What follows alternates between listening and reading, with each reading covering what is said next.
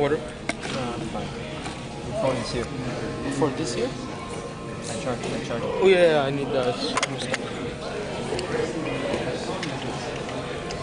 Man, I made it. Holy shit, set up everything as well. Yeah. How kind of work? You just walked in? Yeah. Shit. Look at that. Artificial intelligence. Keynote. And we have viewers this time. Friends watch it from the internet. Oh, really? Yeah. Join you? Hello. Sure, your name is too. Have fun.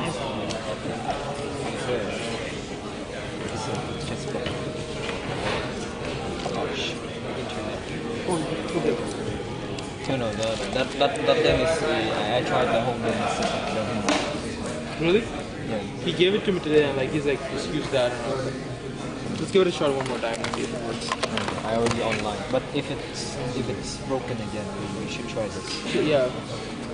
Here, let me plug it. Yeah, plug this in here. It doesn't work the whole day. Just I even put it.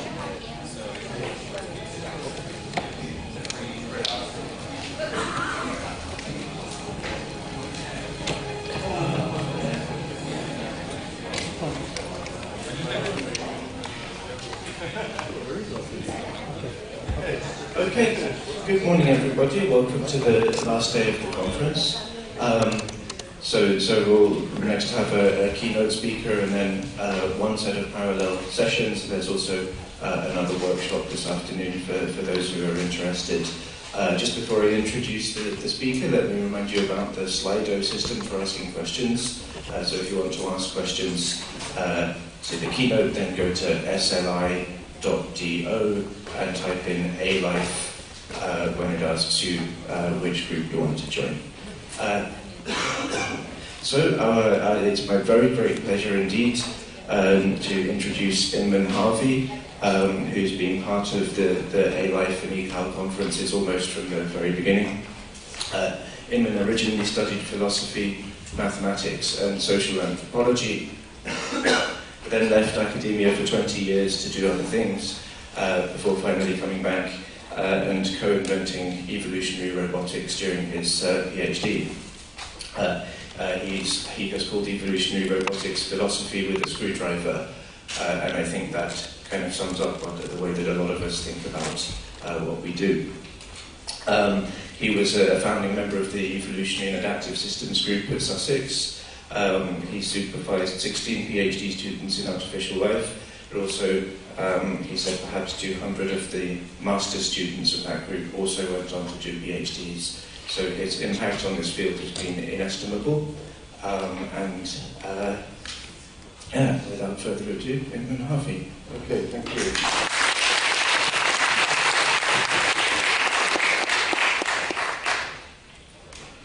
Right, Artificial Life Beyond AI was the sort of brief that Takashi gave me, so I thought I'd centre it around neat structures and holograms, which may need explaining. Next. So we'll start with the phylogeny of real life, very approximately over 4 billion years. Next. Starting off with things pre-origin of life that are sort of semi-life, like self-maintaining processes, cyclones, etc., where you can already introduce notions of fragility and viability and homeostasis. Where you put the origin of life is a moot question, but notions of individuation are obviously important. Self-repair, this is a phylogeny, so it's a time scale as well as we move along. Development is a stepping stone to reproduction. Self-repair and reproduction have similarities. Next. Once you have reproduction, you've got the possibility of evolution, adaptation, and learning. You see I'm going fairly fast. I'm up to tool use here, about 3.99 billion years. Found tools, made tools, shared tools. Next. And of course language is a crucial tool that distinguishes humans and allows reasoning, accounting, persuasion, logic, and computing. And in the phylogeny, this language and reasoning is right at the far end, right at the far right of this phylogeny. Next. And next again. So phylogeny of artificial life. Homer in the Iliad talked about robots, automata 2,500 years ago. But in terms of building artificial life, physical creatures, we go back to perhaps the hero of Alexandria in the 1st century, using the technology of the time, hydraulics, pneumatics, and then maybe quite a way through to the Middle Ages when clocks became the mechanisms of the day to use as analogies for lifelike processes, which means 1651 was the day when artificial life was formally started and named as such. Next. So next again. So if you don't know this quote and you're in the field of artificial life, you should. The first paragraph of Thomas Hobbes' Leviathan, which I'll leave you to read.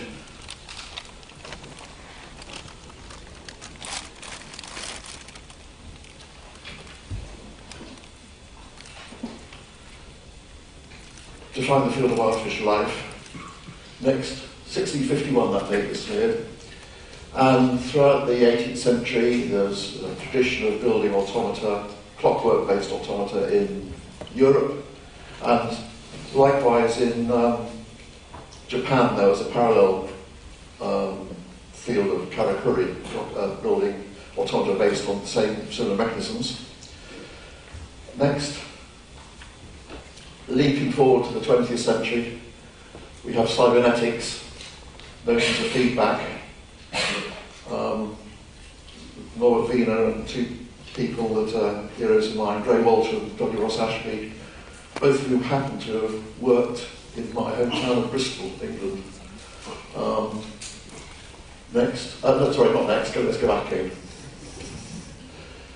And then computing came along, the universal Turing machine, Turing thesis, and so artificial intelligence was defined as such at the Dartmouth Conference in 1956. And I see there's some mistranslation here of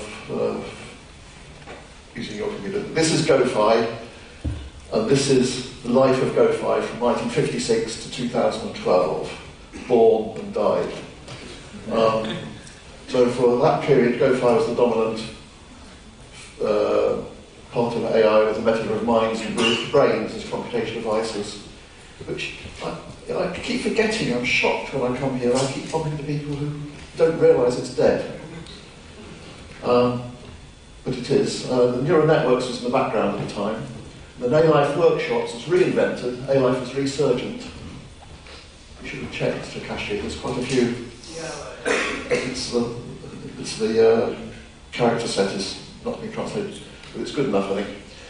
1987 on, the ALIFE workshops started with the enthusiastic multidisciplinary frame of mind that I like to see whenever I come to one of these workshops, conferences. Next. So what I was asked to talk about is the relationship between AI and ALIFE in 2018. Next, here's my take on it. You sure you didn't go backwards? No, let's go forwards. Forwards, yes. Okay. Artificial intelligence is a small subset of artificial life. Next. AI, whether it's good old-fashioned AI or new-fashioned AI, has tended to focus on reasoning, which covers only the most recent parts of the phylogeny of real life, my first phylogeny of real life, the last less than a fraction of a percent. Whereas artificial lifers are in principle interested in far more, including reasoning, of course, but not taking it as the sole ground and reason for their being. Next. Artificial intelligence claims to do more. So a lot of people tackle issues of other biological properties such as development and so on, using the computational metaphor. Now we all use computers as tools, but that's different from using computation as the metaphor of what's going on. That's what worries me about the sort of good old-fashioned AI mindset, which permeates this field far too much. They often claim that all the brain is doing is some form of computation. GoFi, that's meant to be good old-fashioned AI, they're confused and silly because, next, they confuse the scientist's tool, reasoning, with the object of their study, which almost always is wrong. Next. What's the reason for this confusion? I think partly it's that in the naive view of evolution, progressing towards the pint of Guinness, reasoning is the sort of summit that points out the differences, roughly speaking, between humans and what came before humans. And so we value it as the